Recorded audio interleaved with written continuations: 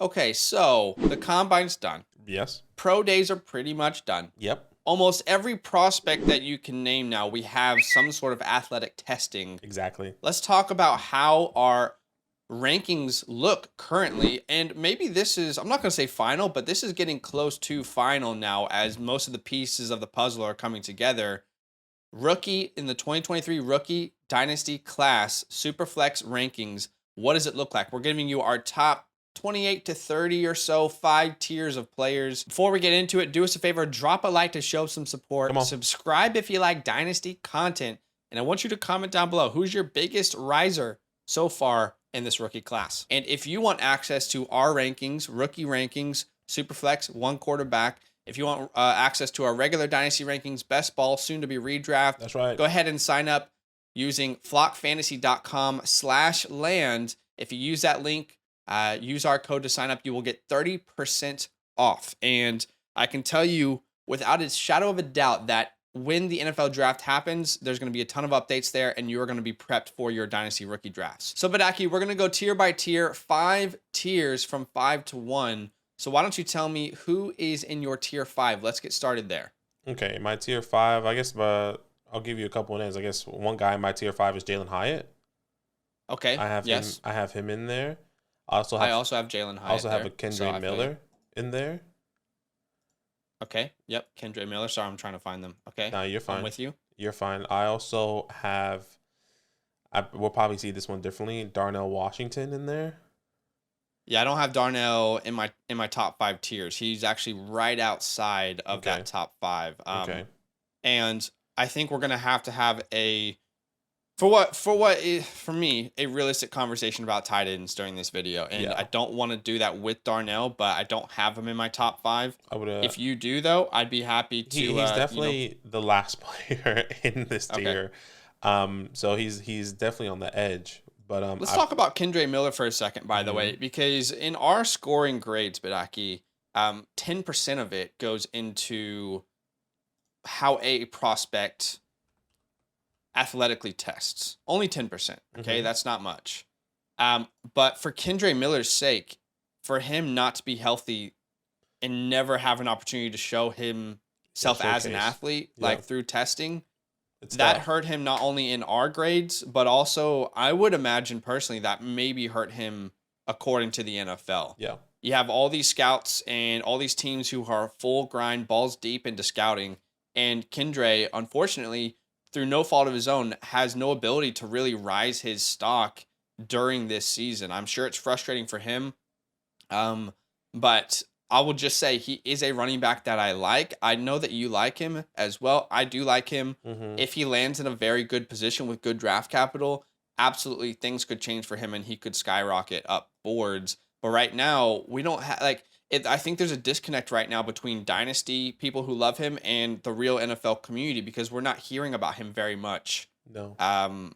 Really from anyone. I'm not saying that that's wrong because I like the player, but we're going to find out if there's a disconnect or not. Yeah, there's just no talks around Kendra Miller, which is really hard to gauge of where, you hear these guys like, okay, we kind of know his scoring. We kind of know where the rumors that are happening, and we kind of see him perform on the field, but we don't have that with Kendra, which just makes it really difficult to gauge where we would put him in our rankings, 1 and 2, where the NFL puts him in their rankings. So it's tough. I will say this: if he somehow gets second round draft capital, or if he gets second round draft capital, he's a good enough player that I would imagine him in my top 5. If he somehow gets third round draft capital, I'm saying a top 90 pick, top 70 pick, whatever the case may be, then yeah, he could end up in that top 6 or so. It's just we need to wait and see what the NFL thinks about him. So I just want to clarify on him. All right, a couple players that I have in this tier, and maybe this name is one of the biggest names that will rise or fall after the NFL draft. That is Hendon Hooker. I have him in my tier 5. This is by far my biggest tier here in this tier 5. I don't know what the NFL thinks about him. We keep hearing this hype. He says he's going to be ready by camp. Still an older quarterback who was in Tennessee, which is not friendly for any quarterback trying to transition to the NFL. He, without a doubt, is going to have to rehab. He's going to have to learn an NFL offense. Like, he doesn't have experience doing that like these other guys. And it's going to have to be the right draft capital, the right system. So I struggle to put him higher than this. I don't know about you, though. Maybe you have him higher. He was a guy that's also on my edge. I don't have him in my top, but is definitely a guy Okay. I can see rising. You know, like Yeah. I agree with you. You know, all these rumors, all these conversation that is going around about Hendon Hooker, he can definitely be a guy that goes in the first. Like, there's rumors that he's going to be a first round pick, and if he's a first round pick, Yeah. he's a guy that we all need to consider Sure. in our rookie. He has to go into probably tier 3 at minimum. Yeah, in our rookie drafts. So I think it's all depending on draft capital where Hendon Hooker goes. So I would agree he can be in tier 5, but he's also just outside my tier 5 for me. Okay. Okay. I hear you. I have a new addition to my top 20, 24, 25 to 30-ish range. Mm-hmm. And really shout out to Chris Sims, because I would have never really researched this player if he didn't have him ridiculously high in his rankings. I think it's like wide receiver 4 or something. Yeah, it's pretty up there. But that is a wide receiver out of Stanford. His name is Michael Wilson. Not played much football at all. Like, not much football at all on film because he's consistently been injured. Mm-hmm. But I see where Chris Sims is coming from a little bit. I can't put him in my top 5, but I kind of see where Sims is coming from. Like, after that top group, it is kind of muddy, and Wilson could solidify himself as one of these steals of the draft. Great release package off the line. So he's got that route running ability on film. I still have my concerns, but I could see how he could transition to being a very good, a better NFL player than he was a college player. I'll say that. Right. And like, the skill set is there for him to translate to the NFL.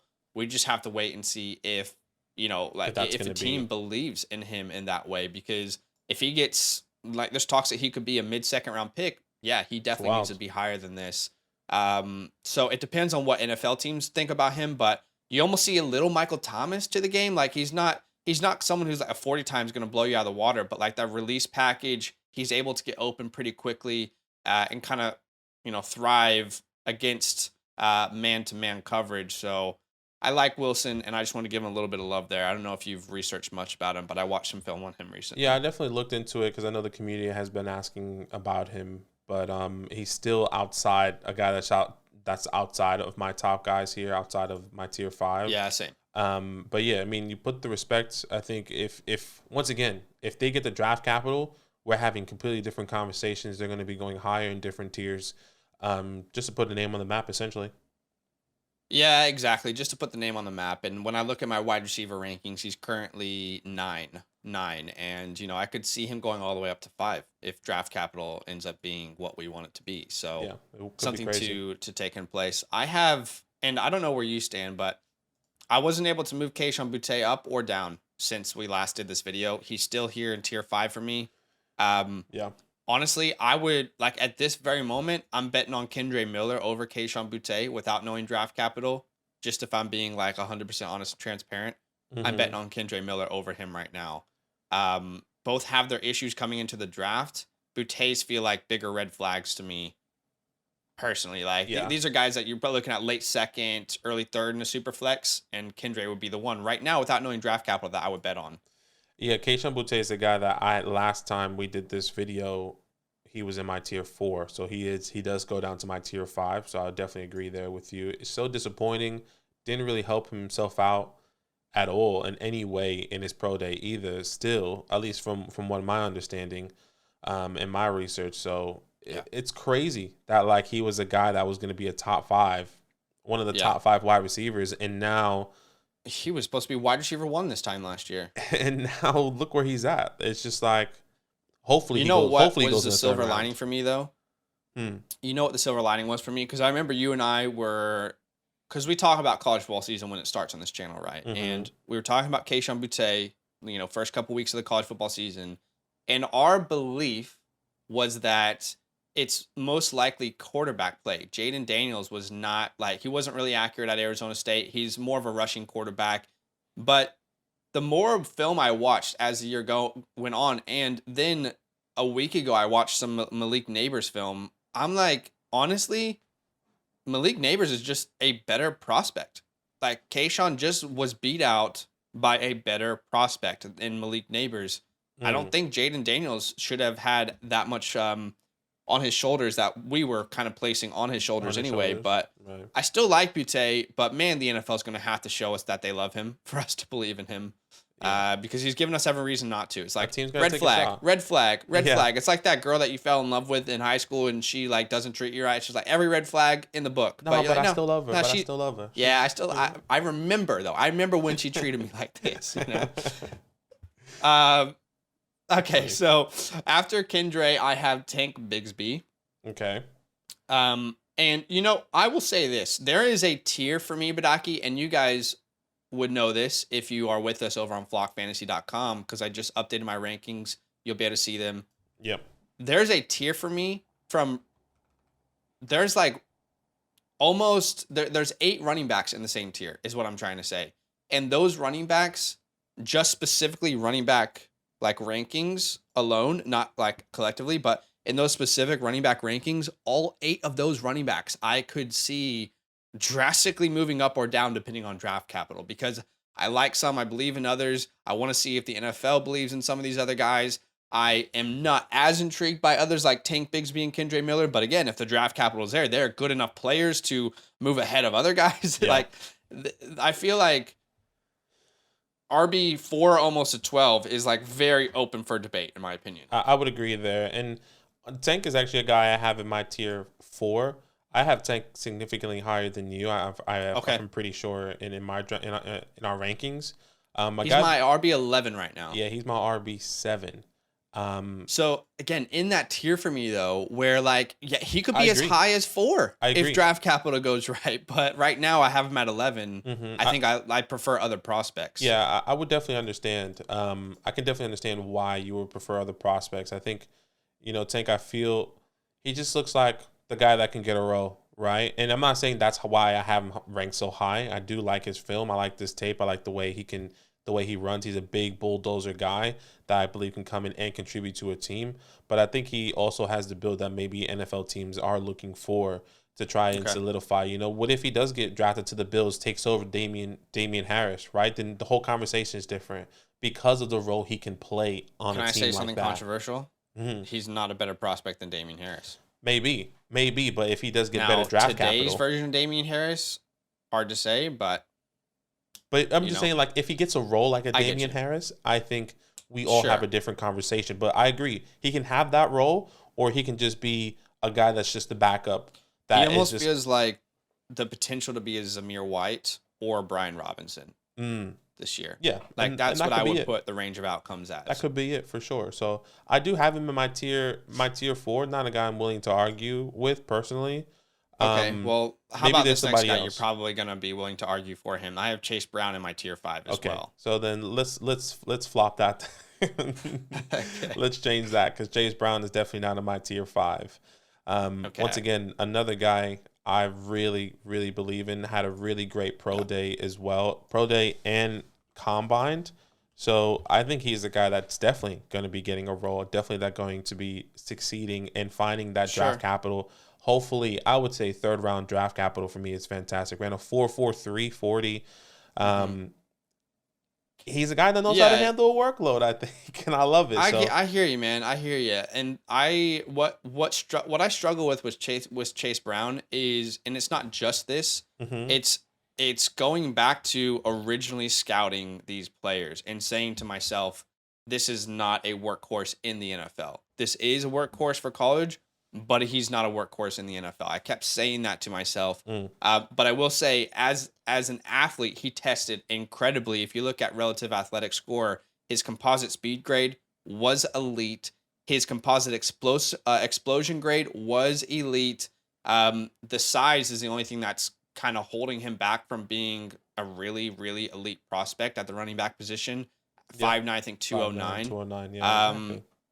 So, which isn't bad at all, actually. That's still good, but it's not like your picture cookie cutter, running back prospect. But I just come back to like, man, I don't know that I'm trusting him to completely take a workload. I think he's going to be a good complementary piece. And he could absolutely be fantasy relevant. But again, he is in that range for me where it's like, hey, you could be as high as 4, as low as 12 right now. You know, I can definitely see that argument. So, but I love me some Chase Brown downtown. yeah, I hear you. I hear you. And you know, he's done nothing this offseason to hurt his stock. I will say the pro day was awful for Chase Brown, and that's actual football. You know, we don't want to put too much stock sorry, did I say pro day? I meant Senior Bowl. Senior Bowl was awful for Chase Brown. Like he fumbled left and right. Yes, and he had a really because I was gonna say I think he had a bad Senior Bowl, but yeah, he didn't have the best Senior Bowl. He had a terrible Senior Bowl, but this is what you want. You want to see him bounce back, right? Like, and he didn't get that crazy. Well, he definitely did fumble, which is the problem, which was one of the issues that he did have coming into this process. That was a big issue for him. So he needs to learn how to protect the ball a little bit more. And that scares me. I don't know. Like, if an NFL team is looking at all these prospects back to back to back, I don't know that the guy who has fumble concerns is who they'll choose, but I could be wrong. Yeah. Let's see what the NFL draft says. For sure. All right. This will be interesting. This is where I have Dalton Kincaid in my tier 5. I have a bunch of tight ends in this tier. Okay. In this tier 5. Well, let's talk about that in 1 second then. Yeah. We'll leave Kincaid there. I have Rashawn Johnson in this tier 5. Yep. Big old Roscoe. Again, for me, I would have him ahead of Chase Brown, but one of those players in that tier where it's like, where could they land? I have Rashee Rice here in this tier 5. Yep. I have him in there as well. And this might hurt you in particular. I just don't like the only thing that's going to save this player now is draft capital. And it's very possible that he still gets that draft capital. This is where I would put Sean Tucker. Again, I don't dislike the player. I like the player. But it's like, what do we grasp onto anymore? Even I cannot imagine a scout looking at the homemade pro day or combine testing and taking that seriously, you know? I don't know, dude. Again, he's in that range for me. I don't want to disrespect him because he could be as high as 4. But right now I have him at 8. And I think there's a real chance he's lower than RB8 after the NFL draft because I'm not sure he's done anything to help his draft capital whatsoever. It's a tough one because going through putting the new scores in, he actually doesn't change. He's always been my RB. Actually, he was my RB3, but after Zach Charbonnet's numbers, Zach Charbonnet's my RB3. Sean Tucker's now my RB4. Still hasn't dropped amongst all these other running backs that have performed according to our grading. It's tough. I can't argue I can't argue for Sean Tucker because we haven't seen it.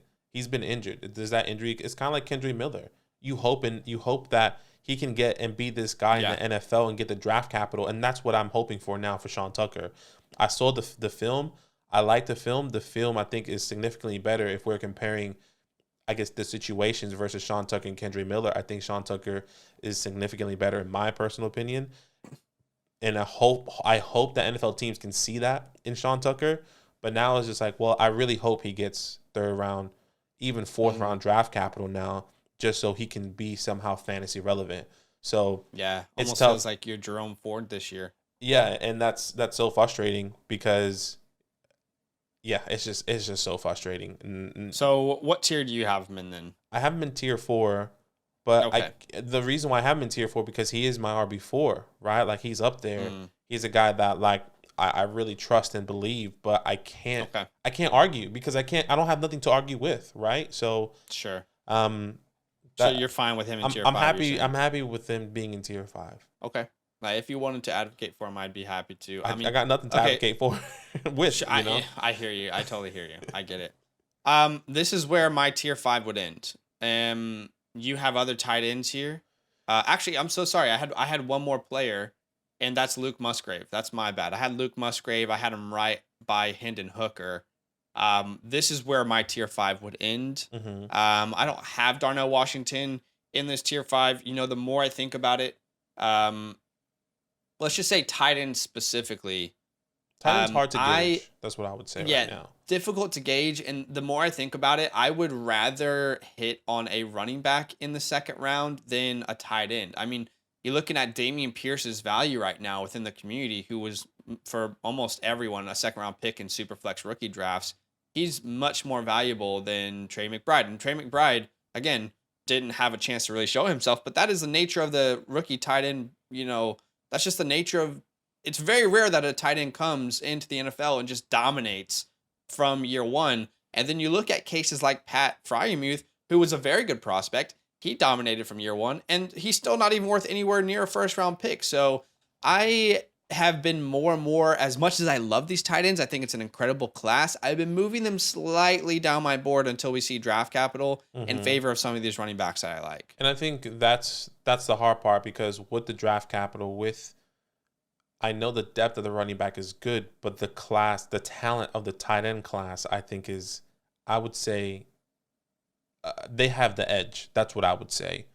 Versus, I just don't think it means the same to the game that we play. I would agree. I would definitely agree. But I guess here for me, that's why I have like this. I have Sam Laporta and Dalton Kincaid, Darnell Washington in here as well. Just to kind of give him that recognition. I know we had to stay within the barriers of the number. Sure. But I had them here just in case. If that was a conversation, because I think there is going to be an opportunity in a world where one of these tight ends, we might have to consider, one of these tight ends goes in the second round, right?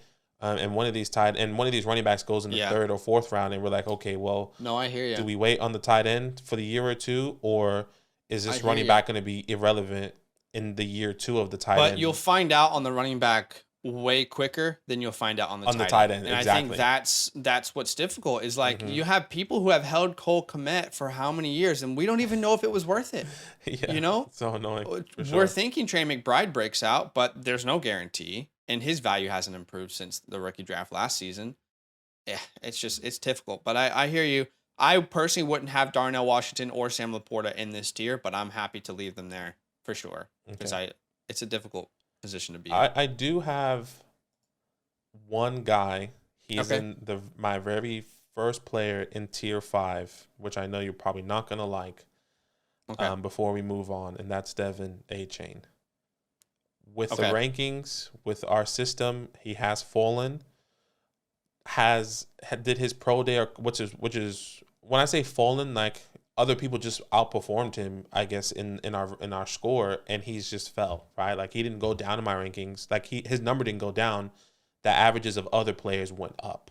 So I'm not saying that he's not going to get the draft capital, or I don't believe in a Devin Achane. I just have to put him in this tier. I think a player like Devin Achane, draft capital is everything. But to me, I already like this player on film. I don't know what I could point to that he hasn't, hit it out of the park with this offseason. Like, there's nothing I could point to say like this is put him down. So if you're going to advocate for Chase Brown, I'm definitely going to advocate for Devin Achane. Yeah, that's fine. And just wanted to, stay true to the process. No, I get it. I get it. And kind of give everyone where I'm at. It's not that I don't believe in him. It's just, like you said, I think what matters for Devin is more the draft capital than what he has put on film, what he's put at the combine, what he's done all of his career. He has to get the draft capital for him to be anywhere fantasy relevant. So he's in that tier where like anything's a possibility. Okay, I also have Tajay Spears in this tier 4 here, who has slowly but surely improved his draft capital throughout this entire process. It started at the pro day. I was a little bit skeptical. I have to be 100% honest, 100% transparent. And I'm still a little bit skeptical because some people have this as like their RB3 or 4. And I can't get there yet. Yeah. I will say, athletically testing wise, he is no doubt an explosive athlete. And like you saw that on film. This guy's very difficult to get down. He has great jump cuts. I mean, he's like this explosive little bottle of dynamite every time he touches the ball. But great vertical, 39 inches, I'm pretty sure. The broad jump was great. Explosive athlete. Absolutely. He's elite in that category. Good speed for the position. But yeah, I still have some concerns. Already had the ACL injury previously. Yeah, that's what I was going to bring up. It's the ACL. The size isn't like home run hitting. He's a home run hitting player in college, but the size, again, like who we're talking about, Chase Brown, but almost to a worse extent. The size is not ideal for a workhorse. He's 201 pounds.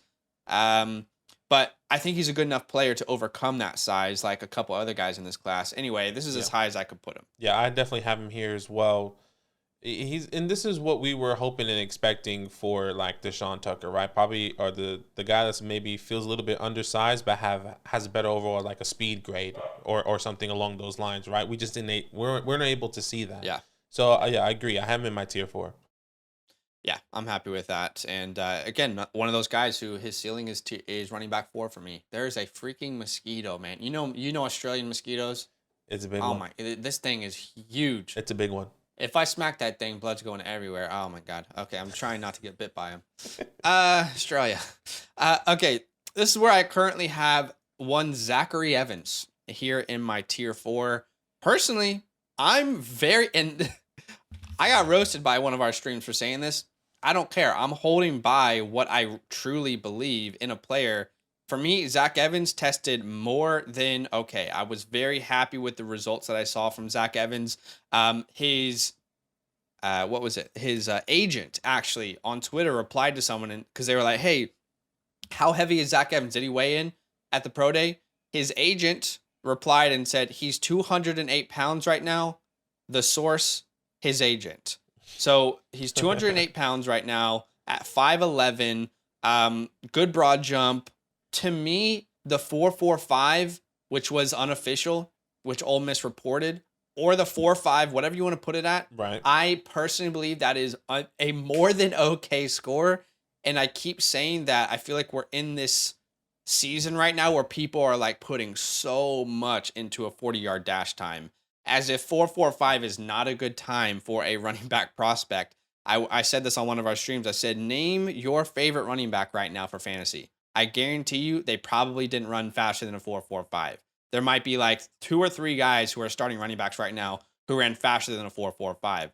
And that might be Saquon Barkley. I can't remember off the top of my head, but like it's a good number. Like we're just so caught up. Oh, was in the 4.3s? No, like it was never going to be in the 4.3. So this is why I have Zach Evans. I'm happy with how he tested personally. And this is a player that anytime his name comes up, you and I could debate for an hour. And yeah, so what you have him in tier 4 at least, I assume. Yeah, look, Zach Evans, I do have him in tier 4. He is a guy that we can talk about all day. The one thing I would say is that just to give my perspective really quick is that I was expecting a faster 40. And that was because the expectations from at the time, I was saying he wasn't fast. I was expecting in at least the 4.4s, high 4.3s. That wasn't the case. I felt a little bit disappointed. Doesn't mean he is not the guy I could see him being. Also doesn't mean that he has gotten worse. Just was a bit disappointing in the 40 time. But he is in my tier 4. He is a guy that, once again, like you were saying, he can go up or down in this rankings. If he gets his capital, if he doesn't get the capital, he falls right here in the tier 4 for me.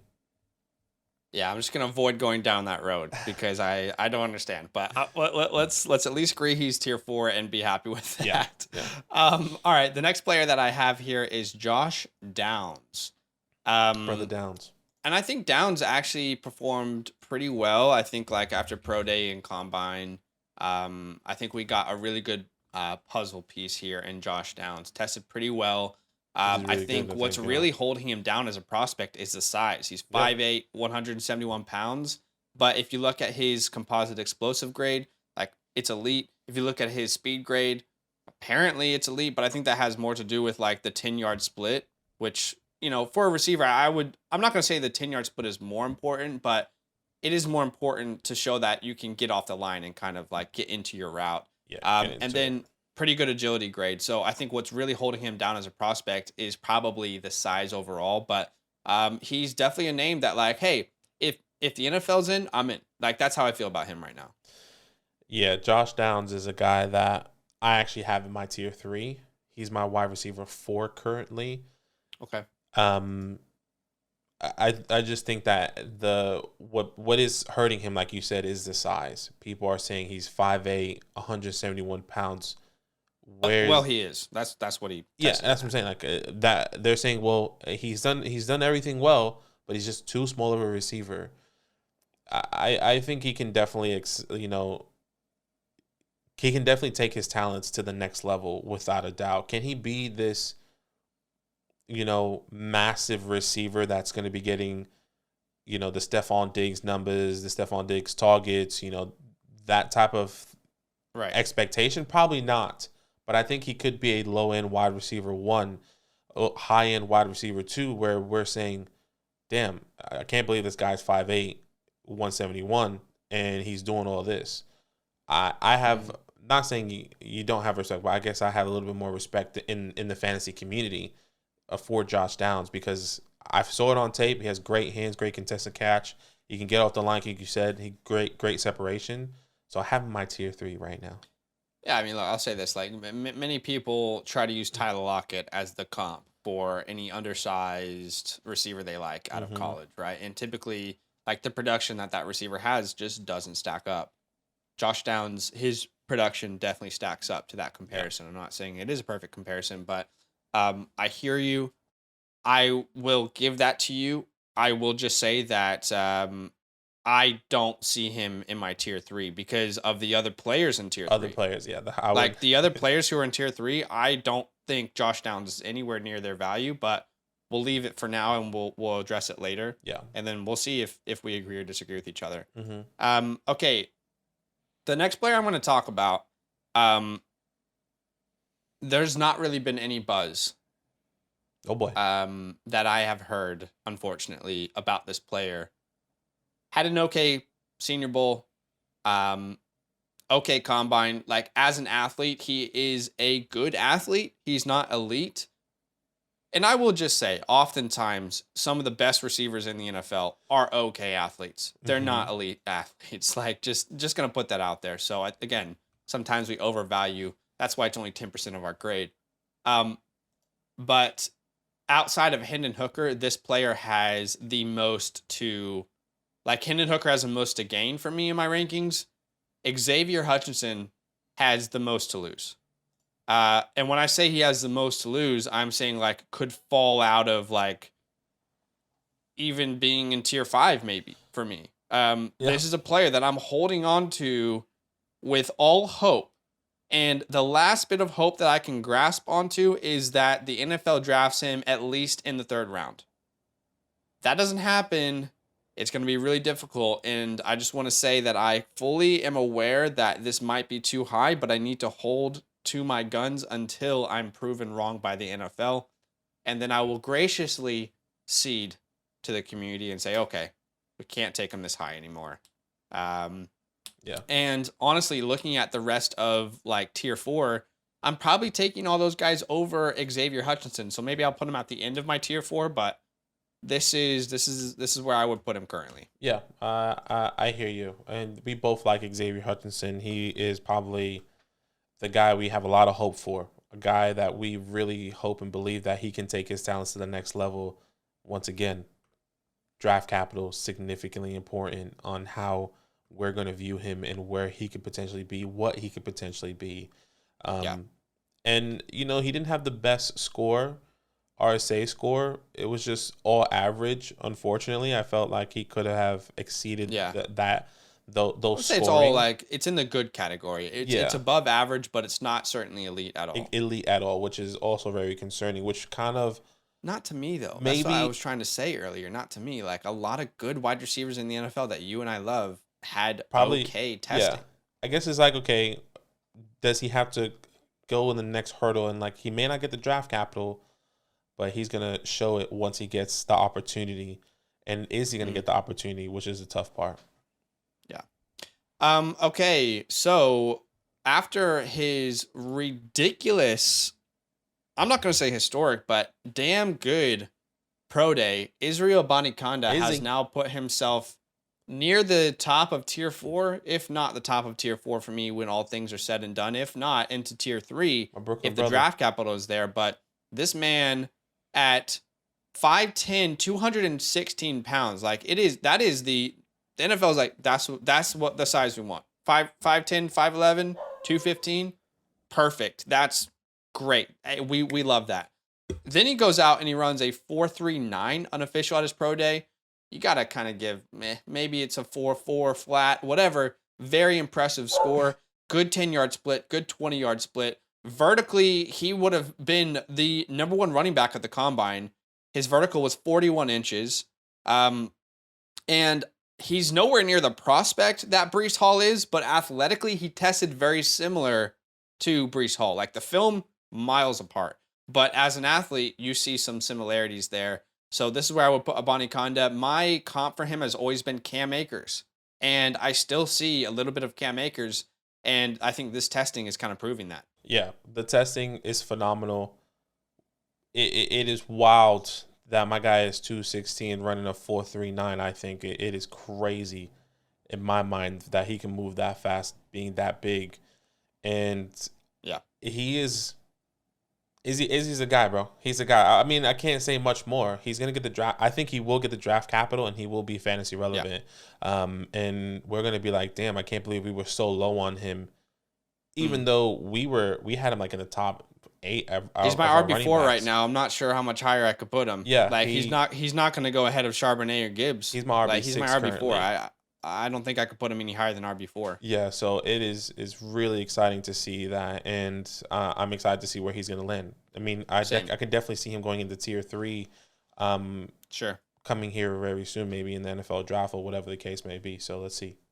Okay, this is where I would put Michael Mayer. I feel like I'm starting to ask myself, would I take Michael Mayer over some of these running back prospects? And I truly don't know the answer just yet. Again, I would rather hit on a Dameon Pierce than draft.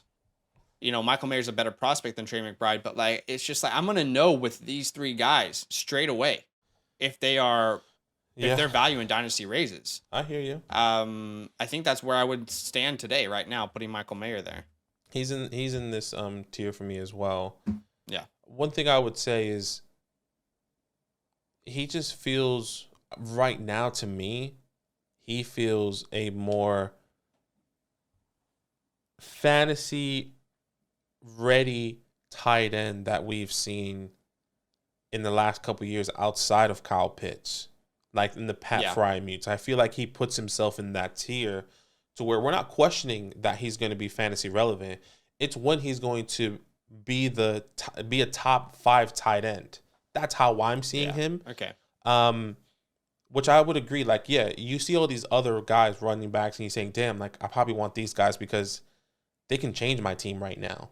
They can help me go into the championships and they can help me win games. With Michael Mayer is the project. Michael Mayer is the guy that's going to be maybe the tight end 1 in 3 years from now. And then by that time, Izzy's probably irrelevant.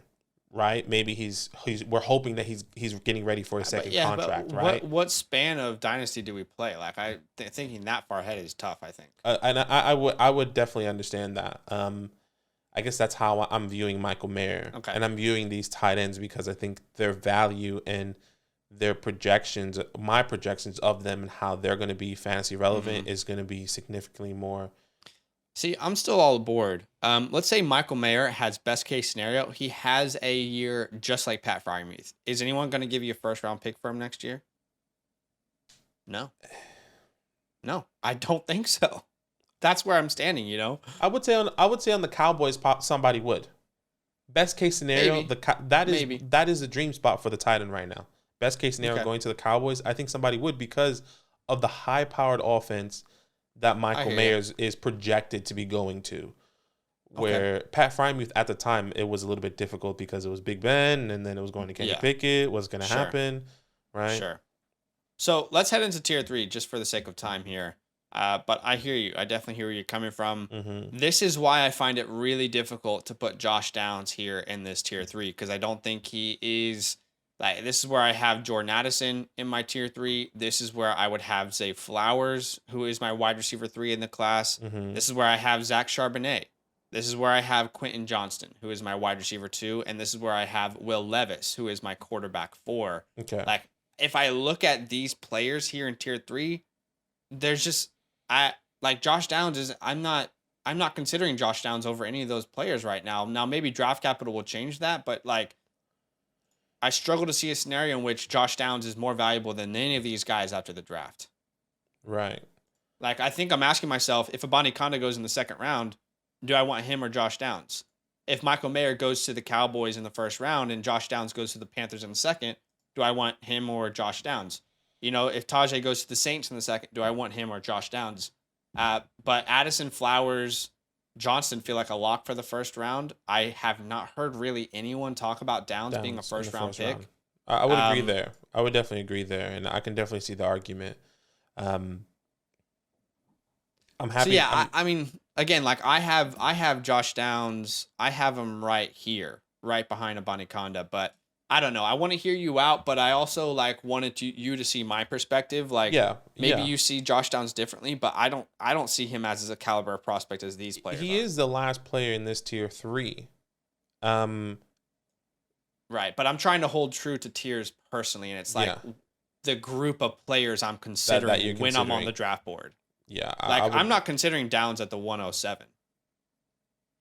Yeah, or all these guys I'm considering at the 107, not Downs. I think if Downs goes in, the thing is, I feel like Downs has a higher potential of going into the first or high second than Izzy, the Spears, the Chases, or the Zach Evans. Excuse me. We have much different goalposts for a wide receiver prospect than a running back prospect from dynasty value perspective. That's fine. We don't anticipate any of those running backs going in the first round. Yeah. But Josh Downs, like, you want your wide receiver in the first round typically if you're gonna look at him at the 107. Yeah. Look, what I'm happy to do is do this. Move Josh Downs down.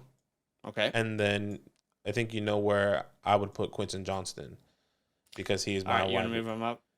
Yeah. Yeah. Okay.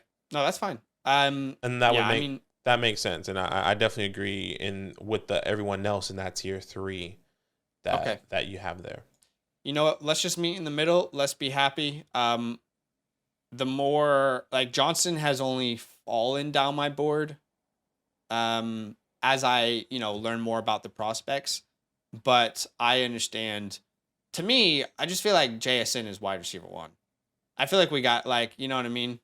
I don't know. I just think JSN's wide receiver 1, but let's see what the NFL draft says. Yeah. Because maybe Quentin goes first off the board, But I think, again, what I hold to is JSN, I don't see how he fails in the NFL.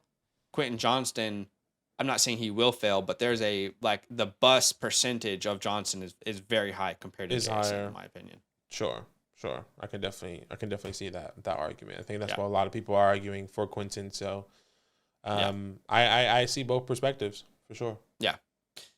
What will make you go, okay, Jason is wide receiver 1? Like, what would it take for that to happen in your mind? Look, it's not that Jason can't be wide receiver 1. It's not that I don't believe he can't be that.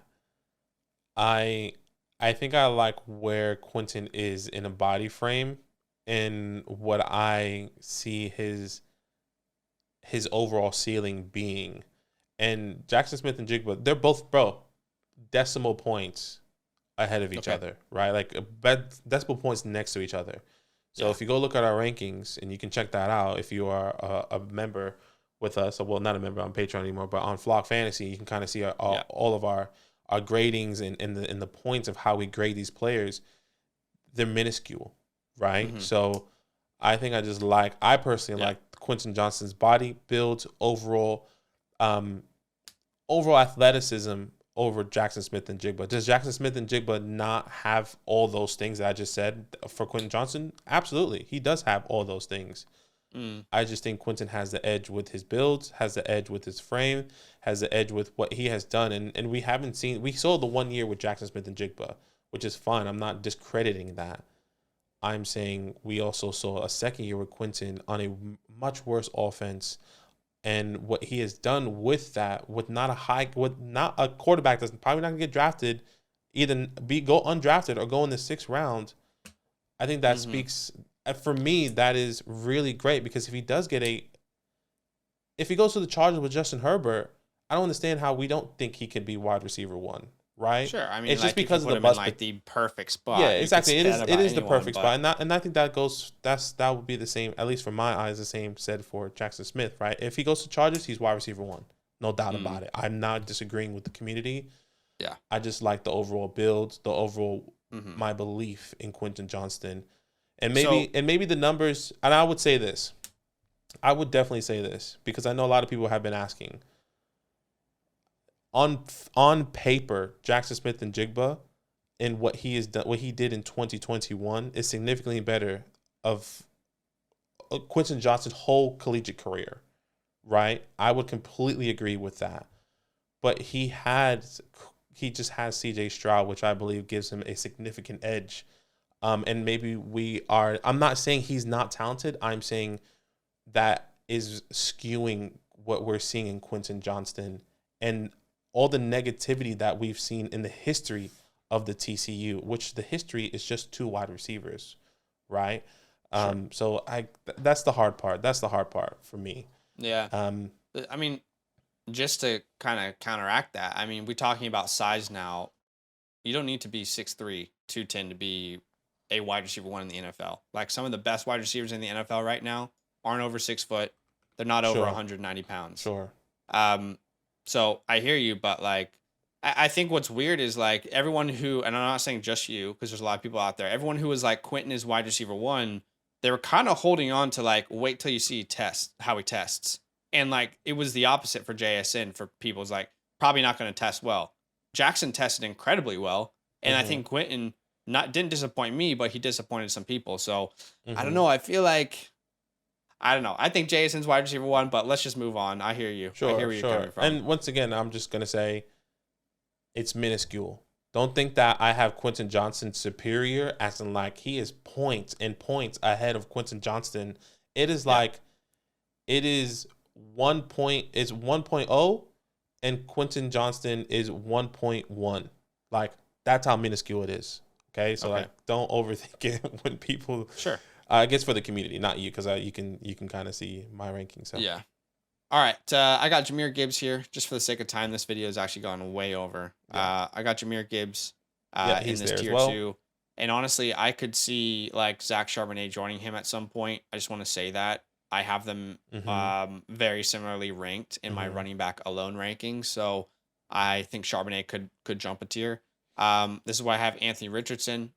Yep. This is why I have Jackson Smith and Jigba. Yep. This is where I have CJ Stroud. This is where I have Bryce Young. Yeah. Exactly. Feel pretty confident about those. Everyone in tier 2, I feel very confident about their draft capital. Like I would be shocked if one of them disappointed us.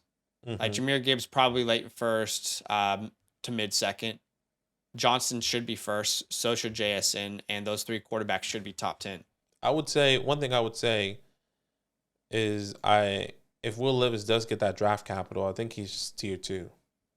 Would you put See, him in tier 2 yeah. still, or do you I still not? You still think there's a massive gap there?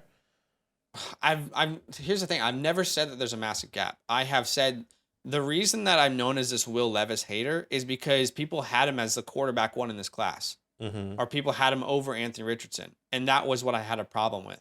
It was like he's clearly quarterback 4 to me, and everyone was telling me he was QB1. That's why I came out so strong out of the gates when we started this entire process. I'm not anti Will Levis at all. I have Will Levis ahead of Quentin Johnston in my rankings. You know, so like I'm not anti Will Levis at all, but I'm still going JSN over him. And then to me, really the question is Gibbs and Will Levis. That's where the difficult part is for me. Yeah. Okay.